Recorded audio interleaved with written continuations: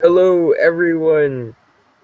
This is your host of the new CHL The Zone, hosted by myself, CKXWellFan, and one of my panelists, bMaJuH, on this new crew. So, Major, go ahead and introduce yourself. For anyone that doesn't know me around the league, my name is bMaJuH. If you don't know how it's pronounced, just basically Major, I guess you could say. I'm the GM of the Sault Ste. Marie Greyhounds. Been around media and LG itself for a while. 4 seasons now and running. Excited for this new show. Excited for the new brand. Huge shout out to Vodman for the opportunity for both of us. Oh, yes. Ready for this thing to get kicked off. Ready for it to go. And Yes. And many of you who do not know me, I am well, obviously you already know, and I'm the host of this new show. I am also the GM of the Kitchener Rangers, second season on that team as a GM.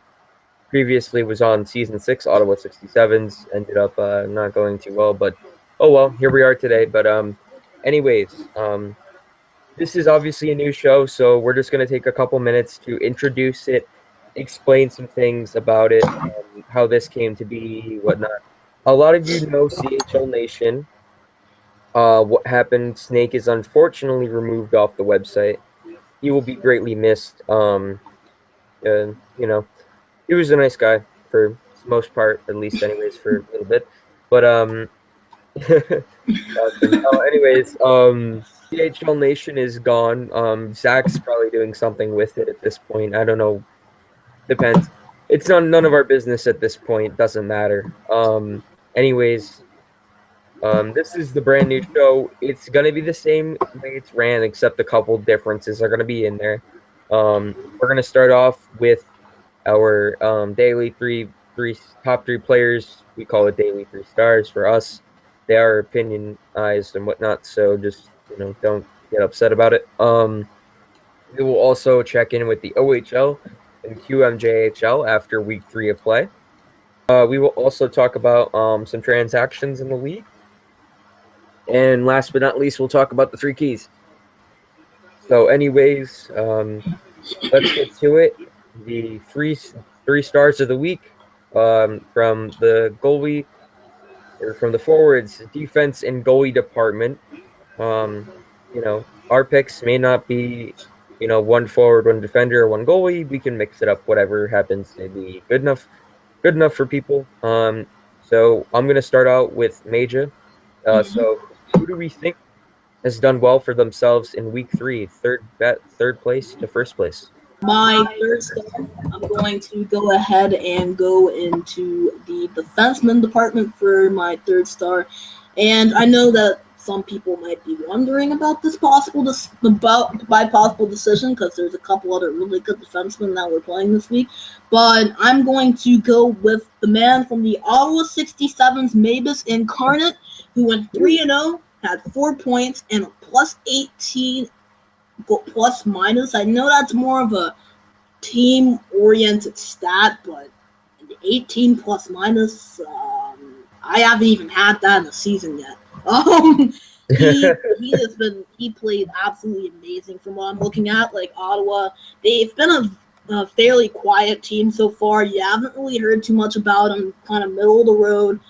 Seems like they kind of broke out a bit this week, but we'll talk about that a little bit later. My second star in the goalie department, Warrior Hockey 91 from the Cape Breton Screaming Eagles. 3-0, 755 save, which is tied for the most shots, or second most shots taken out of the 10 goalies that were hot. Went 3-0 with a 1.29 goals against average and a 93.2 save percentage and a shutout in those 3 games. Looked like he was more of a backup goalie looking on the games he played. Only played 3. Maybe he was just a backup. Maybe this is a test. It was week 1 of the QMJ. But looking off the stats, he looked solid with a 93 save percentage, which is the best save percentage out of any goalie in that little hot area in the queue. I believe it's actually the best save percentage in the whole CHL this week, if I'm correct. Correct me on that if that is not true, though. So he will be my second star. And that coveted number 1 golden star, and let's be real, he listens, no surprise. If I didn't say your name right, I apologize, but I'm going to go ahead and take a shot. I think it's a mighty X39 for the Barrie Colts, who were on a hell of a streak this week. Like I said, we'll get to that later. 3-0, 23 points, 13 goals, a plus minus of 21, and average 7.7 goals a game. Or not goals a game, but points per game. So basically around 8 points a game when you round it up. And this guy looked like he absolutely just carried this team in the games he played when you look at the points he scored. Like, that's no disrespect to any of the other Barrie players, but just judging off of their stats, I don't know, maybe there's a secret going on in Barrie about this guy, because this is the first time I've seen him. Maybe he's a prospect, maybe he just signed up. I don't know, but this guy, if he can play like he did this week, he looks like he is the truth. Like, seriously, he looks really sick this week. Going into his profile, he played 2 teams that are the best in the league. Played against Kingston in a 7-2 win where he had 6 points, 1 goal, and 5 assists. Played a top team in London where they won 10-2 with 8.7 goals and an assist, and had a 5-12 win over a rebuilding Niagara team after some things happened over there. Had 9 points, 5 goals, 4 assists.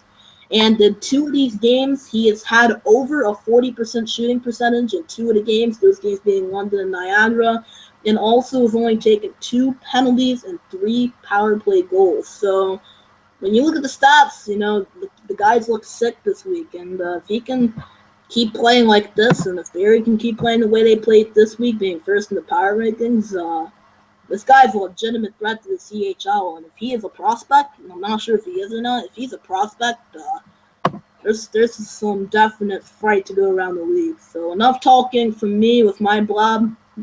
Whale fan, over to you, buddy. Alrighty, so my 3 stars this week, had to figure that one out. So my 3 stars for this week, I am actually going to start in the defensive department. My third star, before he was called up, it looks to be Wizard of Osgood, going 3-0 this week. 2 goals in that matter, plus minus of 7. It's decent as a defender, averaging 2 points a game in the 3 games he's played so far this week, if I'm not wrong. And all of them are at right D. Not bad for a defender like himself. Obviously, now he's called up to the AHL, so good luck to him in the AHL. My second star is going to be a forward, and I'm actually going to go with Halifax's NHL JL13, 3-0 this week. He has had 21 points, 12 goals, plus minus of 27, which is really, really good. Honestly, I've never seen someone do that in 1 week. It's probably been done, but just that well is really good, even for Halifax. He's averaged 7 points a game. He's also played left wing and center, so a mix of the 2 positions. And he still won all 3 games. It's pretty good. And last but not least, on the goalie end of the deal, I know one particular goalie in this Who's Hot list has worked really, really hard to try to make himself better and better himself in this league. I will give it, or I will, it'll be by Mercy and Grace. 4-0 this week. No shutouts, but obviously he's still working on getting to that point. I mean, he's really doing well for himself. I mean, I know they have this goalie thing, who's the better goalie on their show. But, I mean, Mercy, he's done pretty well for himself, trying to fix himself as a goalie, being able to adjust to this game. He's really done well, no doubt about it. I think he'll do good for the rest of the season for the most part, I believe. Going 4-0, that's pretty good. I mean, the next goalie right next to him that I would have said was Borako, baby, going 6-0, which is probably a hard thing to do in the CHL so far. But Mercy has saved 48 pucks, has had a GA of 1.75, save percentage of 87, no shutouts, and obviously all games are at goal. So not a bad week at all for these 4 goalies. Actually, 5 of them on the Who's Hot list have not even lost at all this week. Right next to the 10th guy in line, the franchise 026. The only one on here that has lost the game is Holy Rebel Kid and Garask, and then there's two others that have had OT losses, but or at least one of them has an OT loss, but has won every other game on there. So, If you don't mind, actually, if you don't mind here, Wilf, I'd like to point out some stats on Mercy. And I actually talked to him last week, and what better stats than straight from the source? He actually said, I was talking to him actually a week ago, saying that he had never been a player of the week before. Never during one in the AHL or the NHL or CHL. Never had one. This is his first ever time having a player of the week, so I definitely think that is something worthy mentioning. Also, another fun fact, I can't look back at literally all the games, unfortunately, but ever since he, in his last 5 games that are posted on the site, he has won all 5 of them. So it looks like he's on a 5-game winning streak out of his 7 games, has a 7-3-1 record, and in every game except for one of them, he's had a save percentage over 85. The only game that he didn't have that save percentage was a 4-5 win versus Niagara, who I know a lot of people are doubting right now, but I'm telling you, Cog and Cog, Nutmeg and Simpson are going to build solid teams. I'm telling you, I talked to the guys, good people, know what they're doing. They are going to build a solid team. I guarantee you. You guys can rag on Niagara all they want, but they'll build a solid team. Anyways, out of the subject, bMaJuH won his first ever player of the week, and he has been on an absolute streak. As I'm looking at the stats, he has single-handedly absolutely dominated the net. yeah, good job. Just looking at it. Done well for himself for sure. So I just wanted to point that out there. Okay, so bMaJuH at the so clearly we said our two guys talked about him a little bit. So who are you more wanting to have win this award? I know obviously there's 2 of us, so there's no tiebreaker, but you know. Honestly, I gotta give it, like I said, dude, I've gotta give it to Mighty. Like, bMaJuH, you know you're my boy, man, but, I gotta give it to Mighty, really. Like, look at the teams he played up against. Kingston and London, who are both 2 of the top teams at their conferences. They absolutely dominated the 2 teams, really. Like, Look at the points Mighty put up, had 7 goals in one of them, had, like, 8 assists in the other. Like, the guy was on a tear, like absolute tear. All 3 games he played, his team scored over 10 points. That's no easy feat for this game. This game is supposed to be like a kind of more cycle of puck around, patience. You're not going to see too much scoring kind of game, but realistically, it hasn't been like that, especially not for this guy. The way he's played, he can either be a one-hit wonder or he could possibly be the next sensation this league has. I got no choice but to go with Mighty in this one. Sorry, bMaJuH, you're my boy. Shout out to you, but you know what? I'm very persuaded by bMaJuH to actually go and agree. Congratulations to Barry Colts' Mighty X39. You will be winning, or you'll be considering it's a fake award, but according to CHL The Zone, we think that you are our top player of the week. Congratulations, bud. Even though it's a fake award, you don't really benefit that much. A little bit of bragging rights, I guess. Yeah. Alrighty, time for our special QMJHL check-in. This is their first week, wrapping up in the new season in the LGCHL. Obviously, first season on Xbox One, plus the chance for the Q to come back in the league. 14 teams are currently in the Q. Very wondering about the playoff situation, how that's going to work. But we're just going to check in with some teams in the QMJ, see what catches our eye. Obviously, this week we do not have a Q guy in here to break some of it down. So we'll try our best to look at some of these teams, give them our best look, and see what team's bettering for themselves. Obviously, there is no team that is still undefeated, meaning 9-0. So at least by now, these teams have lost at least 2 games, and some teams have lost a maximum of 6 games total on the week. So the Q looks pretty good so far. Is what I can look from all this.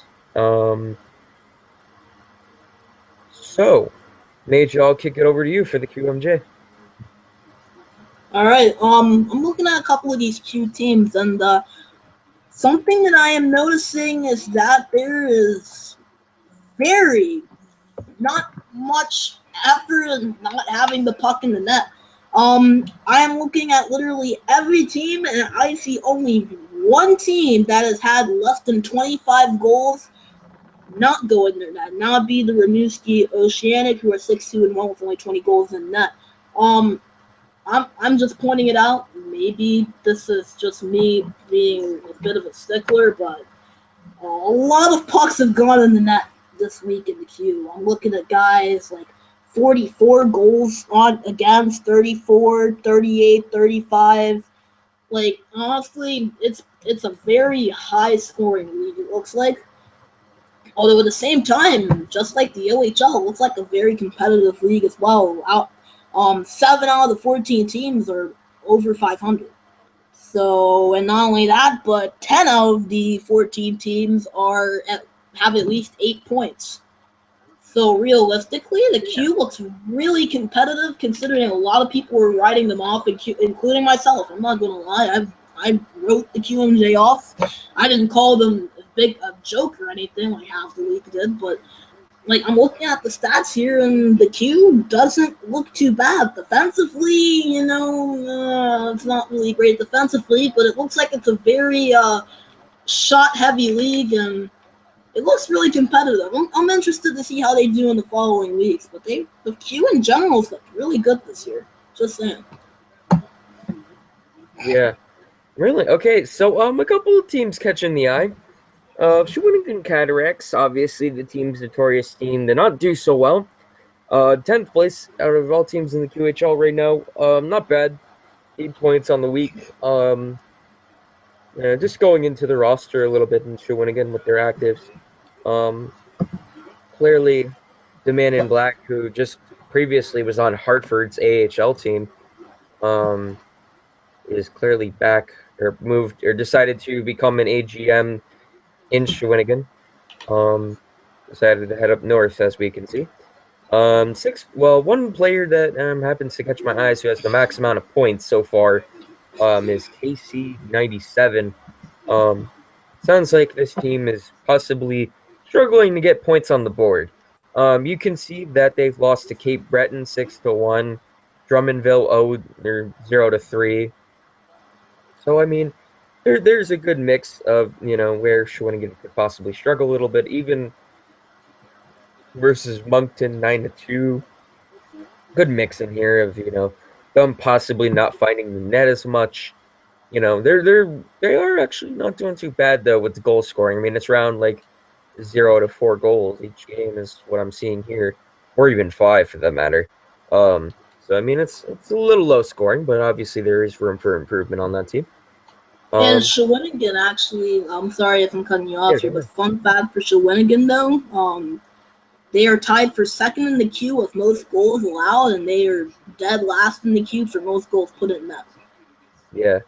That's something I'm just looking at here personally. They have only 20 in net and 35 against, so maybe a bit of a problem time on attack wise for them.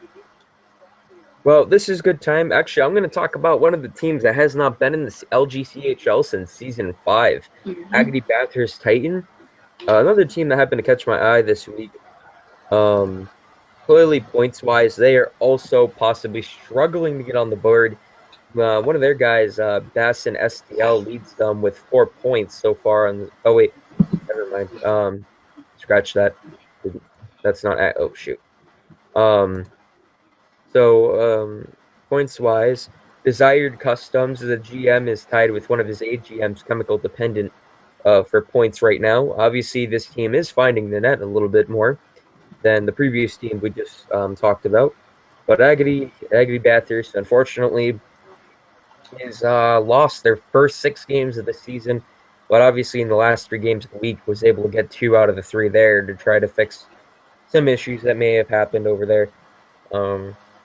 Obviously next week, hopefully this Aggie Bathurst team is going to be back in motion again, hopefully getting better.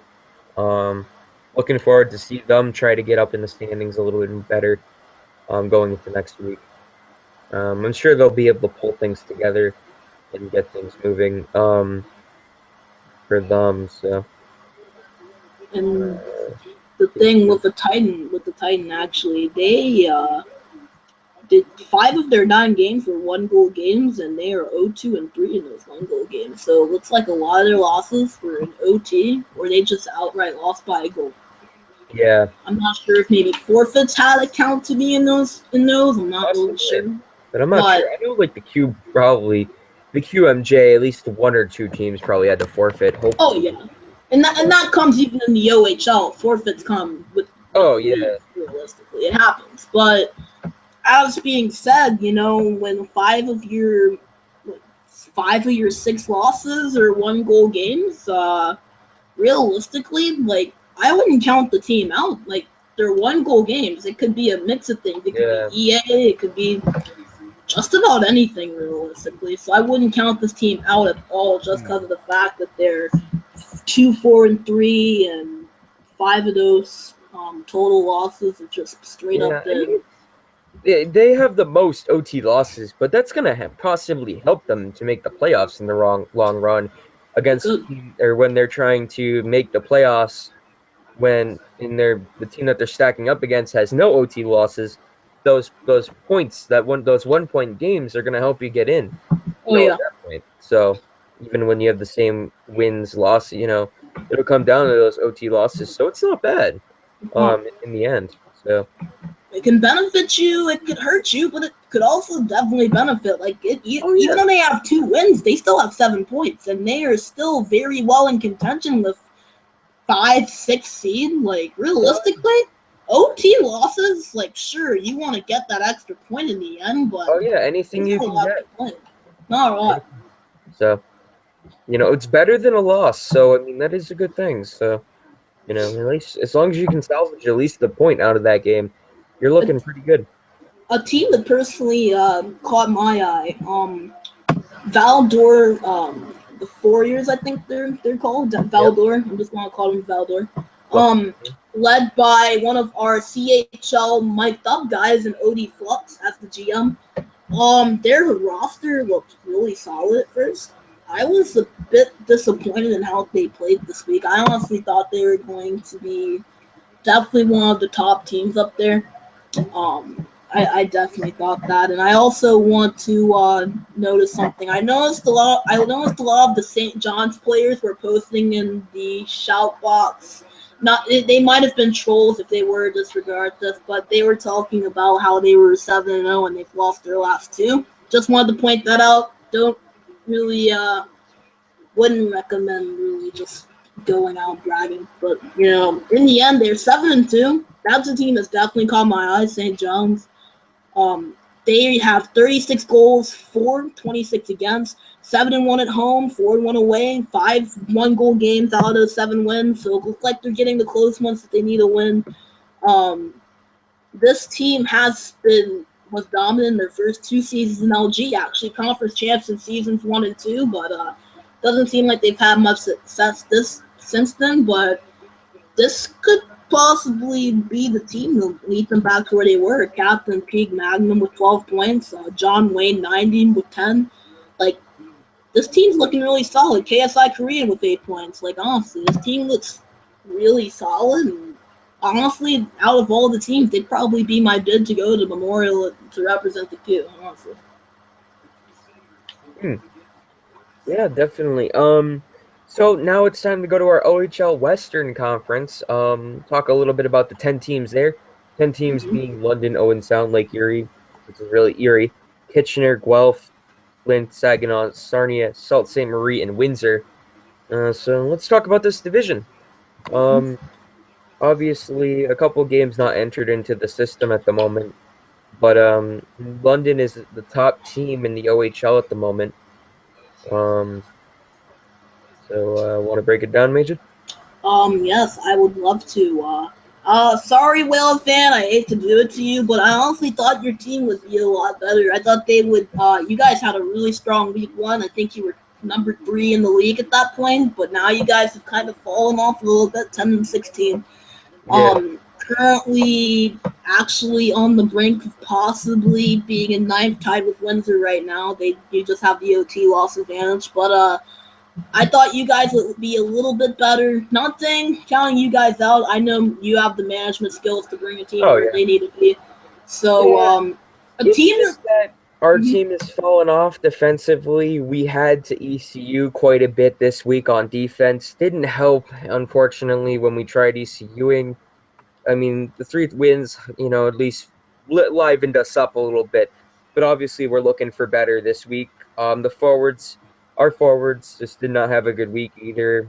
We were brought down a little bit. But, going into this week, a little bit tougher week, but hopefully we'll overcome it as a team, working together. But obviously, we're trying to push for the better. Hopefully starting this week, we'll get something going.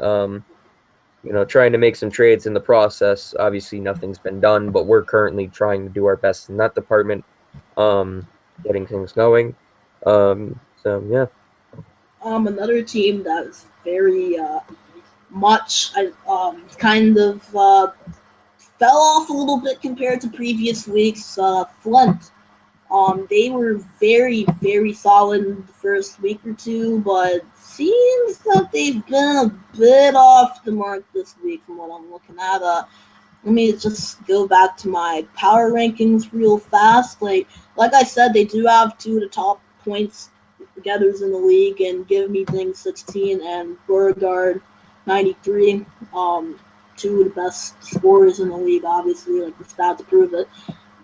But something that I think is really affecting them is their goalie, Stephen Plank, getting called up to the A. Oh Um, yeah, Flynn's I think, battled some call-ups as of late.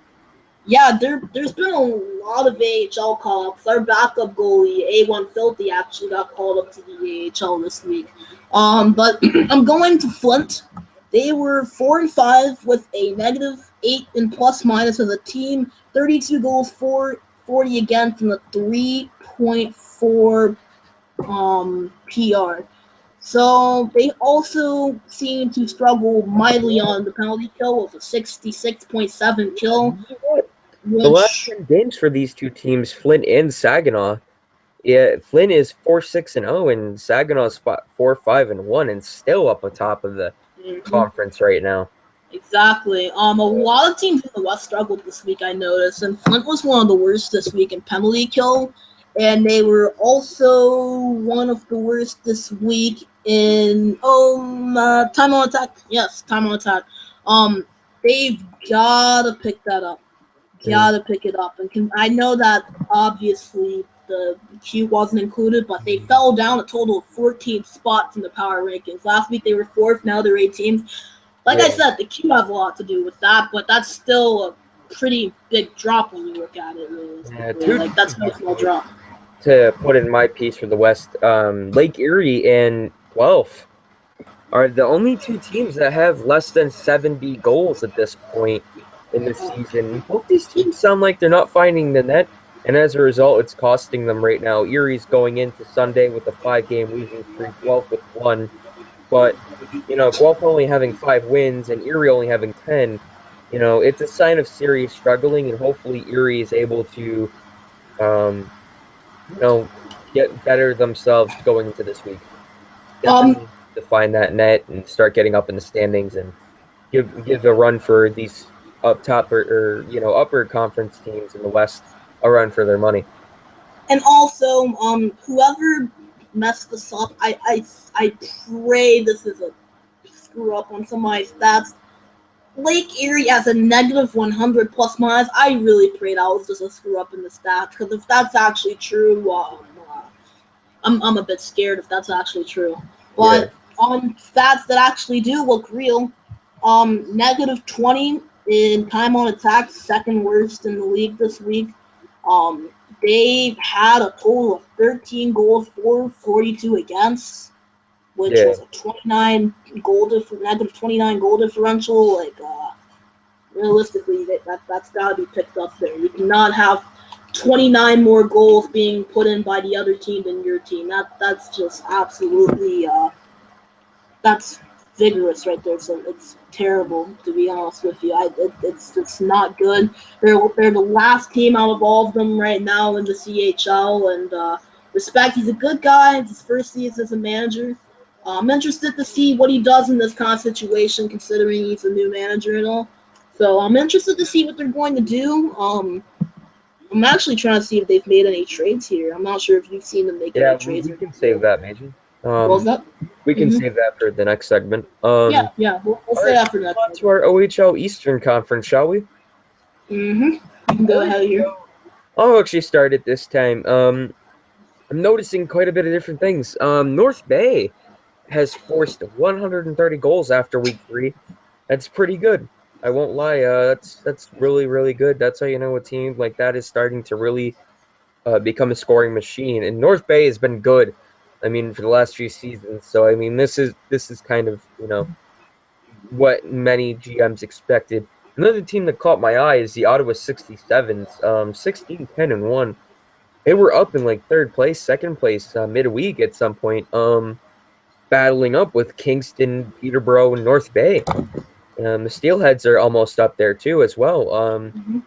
Some teams that are starting to get themselves out of a hole. Even Hamilton, for that matter, starting to do that as well.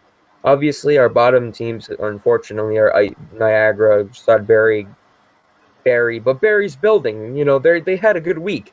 They're starting to get better as we speak. So I mean, that's a really good sign that Barrie's putting their best foot forward and going for getting into the playoff contention again. Team that's caught my eye is Oshawa. This is a team that scores 110 goals after week 3. Last team in the league. That's interesting to see. The last 10 games they've gone 1-9-0. I'm sure you want to talk about this, Major. Oh, Oshawa. Yeah, Oshawa. 5-game losing streak. They weren't looking terrible at the beginning of the season, and now it seems like they've kind of definitely slowed down a bit here. I'm not sure what happened there, but I know KTB will bounce back from this. I know KTB, he's definitely not somebody that accepts lackluster performances by any means. Yeah, there's several blowouts by this team. Although Kraka and Chris OBX are on IR as we speak as well. Right now, it looks like it was a really rough week for them. Their only win came from, unfortunately, us in Kitchener. But, wow. Yeah, Oshawa's really took a huge leak, going 1-8 this week. Not really impressive. Maybe there was an OT game in there. Not sure, but really took a serious leak in the standings right now. Not really that great, but hoping they can bounce back. Now, going into the positive things here, a team that's really caught my eye. I know that no one's really talked about them at all, but after starting their season, I believe 2-7 or 1-8, the Sudbury Wolves are 10-14-3 and are now 8th in the conference after starting out 2-7 on the season. Now, you can't tell me that that's a team that definitely deserves a mention. Really, that team just looked bad at the beginning of the season. They didn't look good at all. They've stuck into a playoff spot and they're tied for 7th with Niagara. And Barrie as well, I think, deserves a shout out after being constantly called this season's joke of the CHL by several people in the forums, in the shout box, and everywhere else. Are 6-3-1 in their last 10 and are actually now in a playoff hunt. So I think they definitely deserve a mention. I had to give it to my boy Bogey and Schlichty. They could actually possibly sneak in a playoff hunt here. The way that they're playing, if those guys over there can keep doing what they're doing, what do you think here, Wilfin? You think possibly Barrie could maybe make a run and prove some of the doubters wrong? Oh, I'm sure Sudbury and Barrie are going to be the two teams that just duke it out and try to go for that last playoff spot.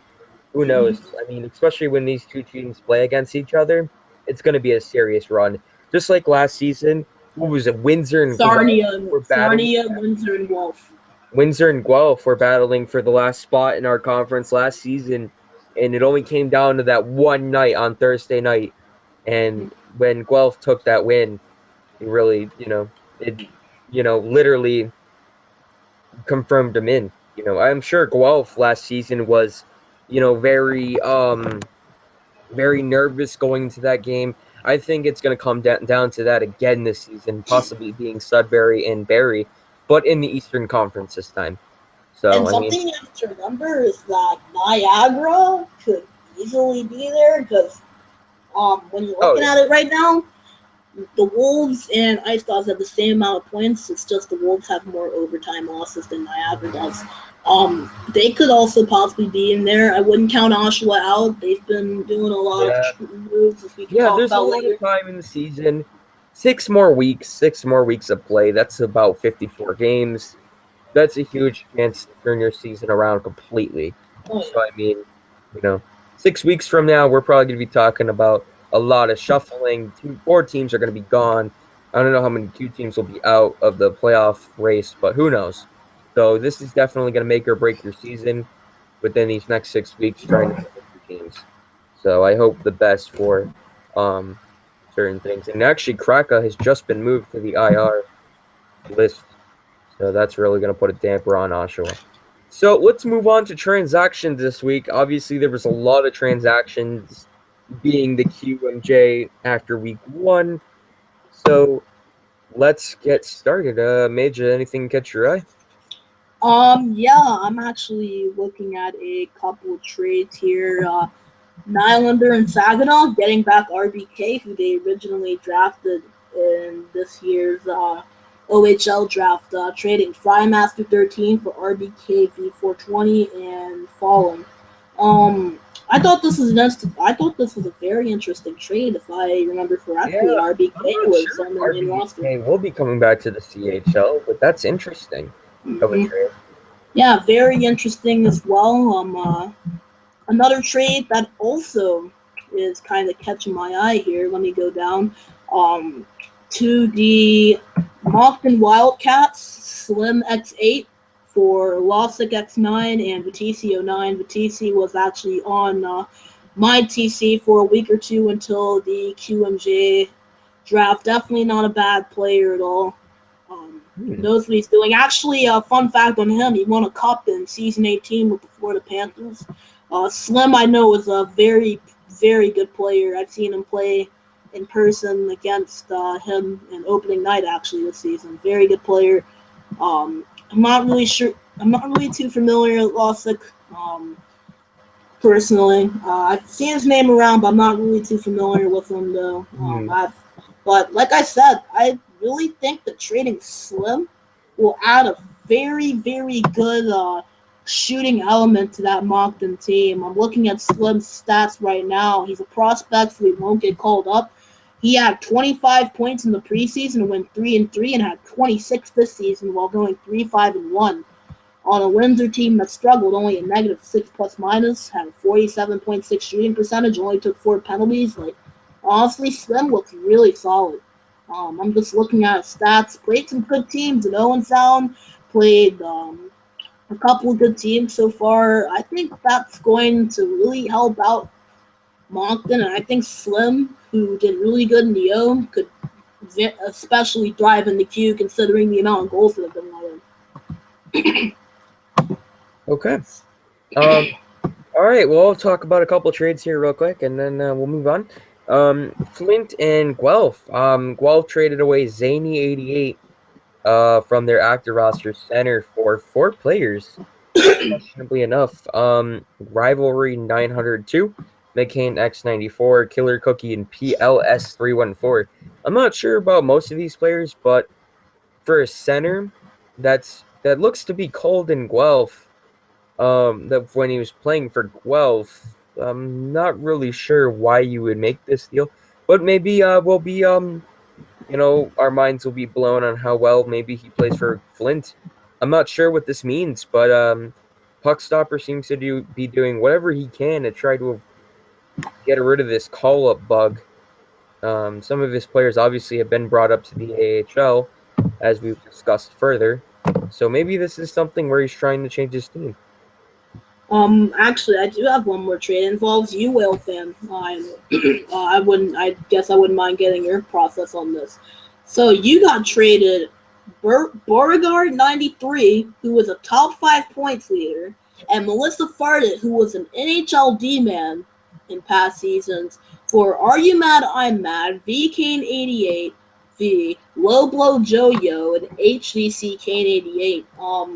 Kind of explain us that trade, because that looks like probably one of the huge blockbuster trades that happened. Yes, it was. Beauregard, top points leader for Melissa Fardit, was in the NHL last season, if I recall correctly. Yes, correct. This sparked a lot of notice, and you can see my AGM's names on this. He specifically made this deal. I told him, hey man, if you want, you can go ahead and talk to Puck and make this deal happen. He did know Beauregard. They, have a friendship with each other, knew each other pretty well, and Puck had, from himself, has decided to. He's actually said that he's found something better and thought that it was better to make this happen, and hence why they gave us Beauregard and Melissa Fardit. Unfortunately, Melissa's called up to Syracuse right now, but that'll, we'll see how that goes this week. Hopefully we see Melissa back soon. Obviously the gamer tags changed, though. It's like the Fraz lefty, I believe it is now. No, it still says Melissa Fardit in the rosters. Although maybe that's not been changed. I'm not sure. Click on it, yeah. But yeah, we gave a couple TC guys away. Are you mad? I mean, he was a nice guy to have on the team. He's obviously getting himself known around LG. He offers himself up to play center sometimes. I see him in club way too much, playing against me for that matter. Oh wow. But yeah, the guy definitely knows people, I'm sure, around the league that he plays with every night. Definitely a guy that I think will be known in a very positive way. He's very professional when it comes to LG, I'm sure when we traded him, he sent us both a PM, myself and a PM, saying that it was nice to get a chance to go play with us, and he wished us the best of luck. It was a professional way to take it. Obviously, we appreciated Mad. Don't get me wrong, but we made something that could possibly help us in the long run. Trying to make our team better after struggling these last few weeks. So it will definitely be interesting how that goes going forward. So. Yeah, sorry, I know I said I was done there, but that trade I couldn't pass up kind of talking about, because that's probably one of the key that was trades. what I was gonna say too. So don't feel bad on that one, actually. Alrighty, so I think we're all set on transactions. Anything else you want? Maybe the waiver wire. Actually, an update on RBK. He was traded. He was actually traded on the 15th from Saginaw to Victoriaville, and then he was traded Archambault. Archambault was traded to our team, Sault Ste. Marie, and then we go up here to the 21st. So 6 days later, he was traded for again. So maybe he was just possibly a trade piece. Maybe Victoriaville didn't like him. Maybe something happened between them where RBK just came back to them. Maybe I just thought that was interesting. Found out he was in the AHL and it caused some frustration for Victoriaville. Who knows? I just wanted to throw that out there. It's just definitely passing up a good defender, for Victoriaville, but I'm sure they'll do fine. I mean, they'll build off of it. I know they have Bears legacy, but he's with Lehigh still. But I'm not exactly sure. I'll look it up here while we're speaking. But any other waiver wire? I think Pillow Pants and Marley were on there. Actually, yeah, Pillow Pants and Marley were on there. Marley, we were the ones who actually claimed her, but we ended up trading her for. I'll tell you the trade here. Yeah, Bears is still with Lehigh Valley at the moment. Okay, so he is still in the AHL. No shock there. Yeah, actually, where is Marley and Pillow Pants? Actually, no, he didn't trade Marley, I don't believe. I'm not sure. So where is Marley and Pillow Pants in the LGCHL right now? Not sure with Pillow. Not sure at all. Okay. We're not sure. Okay. Marley by chance? I know you claimed Marley. Yes, we have been the ones to claim Marley, but she hasn't signed up yet. I'm not sure if she's going to be the one to play. I'm not sure if she's going to play or not, to be honest with you. Yeah, after the whole Niagara issue, that's Let me actually check here. I think I'm not going to lie, if we were going to use her as a trade piece. But, wait, hold on real fast. Oh, yes, Hamilton. The Hamilton Bulldogs have pillow pants, and Marley, I believe, is... I know you guys said you moved Marley. What was that again? I couldn't hear you there. Now, I believe you did say you moved Marley as well. No, Marley... we actually haven't. She is still on our Tuesday. Oh, okay. Okay. Interesting enough, huh? Okay. Yes, and you bought out Marley for life for the season, it sounds like, as well. Waivers are not buyouts. You can waive them back at any time, or you can trade them. Yeah, I see. Yeah, your team has actually bought out Marley for life, for this season, according to a notification. I don't know if that's true or not, but I don't even think you can buy anyone out. yeah, I know that's actually what it says for a notification. I'm not joking. But, that's very odd. I haven't seen that yet this season. Yeah, I think when you buy someone out, it'll move them up and down. It depends. Anyways, I guess that'll do it for the waiver wire transactions, all that good stuff. So let's move on to the last portion of the show, our Whale Fans Daily 3 Keys of the Week. This will go on for the rest of the season now. I've slacked off, but I'm going to get back to it now. So, because of the holiday this week, once again, happy Thanksgiving to everybody, because this show will probably not go back up again until next week. So, happy Thanksgiving, first off. First key is 3 games are on Tuesday and no Thursday games, so another key is if the line can only play one night, Tuesday's the best night to do it. So try to encourage that, and plus it avoids all the, scrambling for making sure players are there, so, ready to go when it comes time. So, and then also make sure your active roster is set to 17 players. A couple teams that did not have IR, people going on IR, still had 18 guys. So, I mean, that call down's got to get going, couple teams had 18 for the whole week. Not including the ones, obviously, that had the IR thing, So, hopefully that clears up a little bit of the air there. So, just a quick summary of the 3 keys, in case you may have been lost. We have 3 Tuesday games and no Thursday games. And if a line can only play one night, try your best for that night to be on a Tuesday. That way you're not scrambling that much. And then last one is make sure your active roster is set to 17 players. Simple thing to do, but something we could work on as a league. Those are my 3 keys for this week. That's the conclusion of our show this evening on Saturday when we recorded the show. Hopefully this will come out to you guys Sunday morning, if not Saturday or Sunday afternoon. So for myself and bMaJuH, have a great evening, guys. We'll see you next time.